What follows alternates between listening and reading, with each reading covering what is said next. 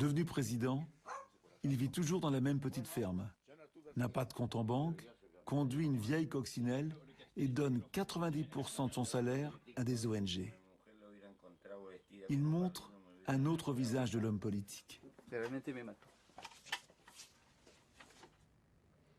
Les pauvres d'Afrique subsaharienne, qui font des kilomètres pour un seau d'eau, ne sont pas les pauvres de l'Afrique, ce sont les pauvres de notre humanité. Nous sommes tous fautifs, tous. Pendant ce temps, des vieux de 90 ans sont assis sur des milliers de millions et ils continuent à les accumuler. Et nous sommes incapables. Nous n'avons pas le courage de détaxer et de dire « arrêtez ».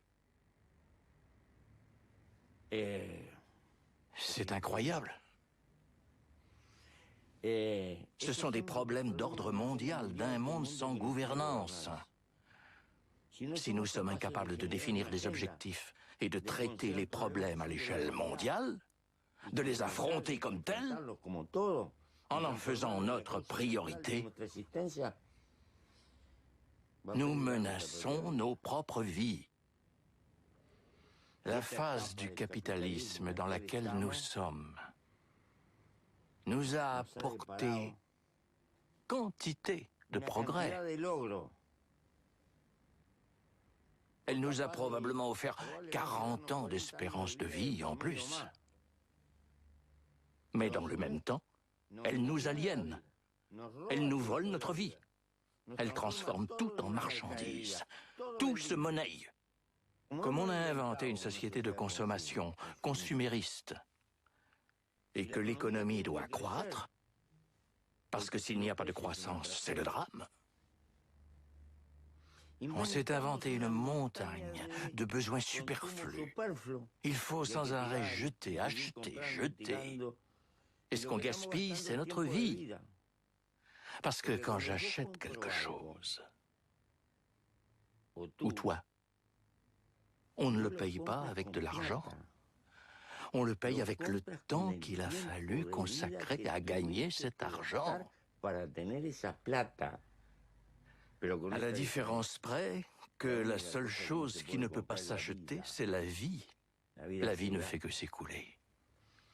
Et il est lamentable de gaspiller sa vie, à perdre sa liberté. Je crois que la vie est trop précieuse pour qu'on la limite à ça. Mais j'imagine qu'il faudra attendre un ras-le-bol général pour que l'on prenne conscience de la valeur qu'ont les choses les plus fondamentales et simples de la vie.